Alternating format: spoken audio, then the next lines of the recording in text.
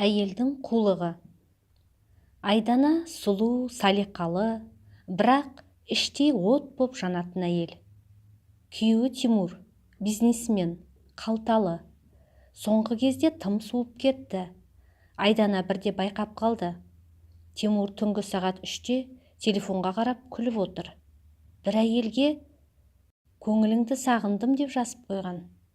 Сол сәтте Айдананың жүрегінен бір ғана ой өтті. Оны басқа әйелден қалай тартып аламын емес, өз аяғымен қинап кетуге мәжбүрлеймін. Сол түні Айдана қулықты бастап кетті. Ертеңіне ол басқа адамға айналды. Тым нәзік, тым ақ көңіл, тым сен кіммен болсаң да, мен сені жақсы көрем дегендей кейіп. Тимур өзін кінәлі сезіне бастады. Өзі опасыздық жасап жүр, ал әйелі періштедей. Бірақ Айдана ішінен күліп тұрды. Екінші қулығы ол әйелмен дос болу. Айдана күйеуінің ашынасын Инстаграмнан тауып, аноним аккаунтпен оған жақын бола бастады. Қолдау білдіріп, комплимент айтып, сенің өмірің керемет, нағыз үлгісің деген сияқты.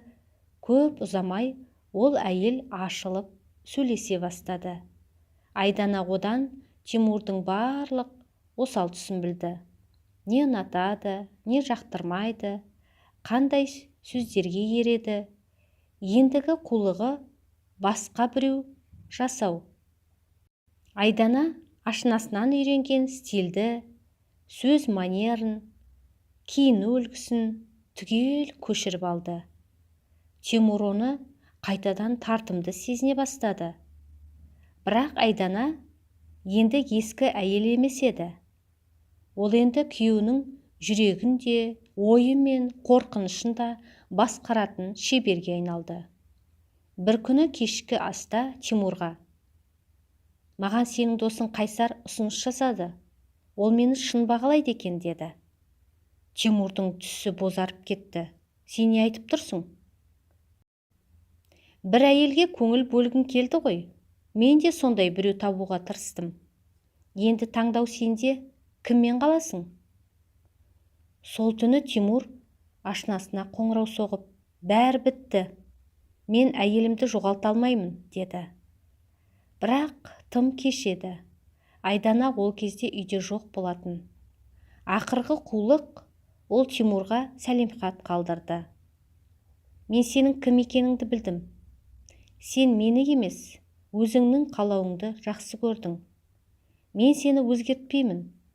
Бірақ енді өзіңе лайық өмір сүр. Ал мен өз жолымды таптым». Әйелдің қулығы кек алу емес. Ол сені өз еркіңмен тізе бүктіріп, ештеңе жоғалтпай кетіп қалуы. Тимур есінен адаса жаздады. Ол барлық есікті қақты. Бірақ Айдана оралмады. Оның қулығы шайтанды да ұялтатын, еш айқайсыз, бірақ ең ауыр жазамен аяқталған жүрек ойыны болды.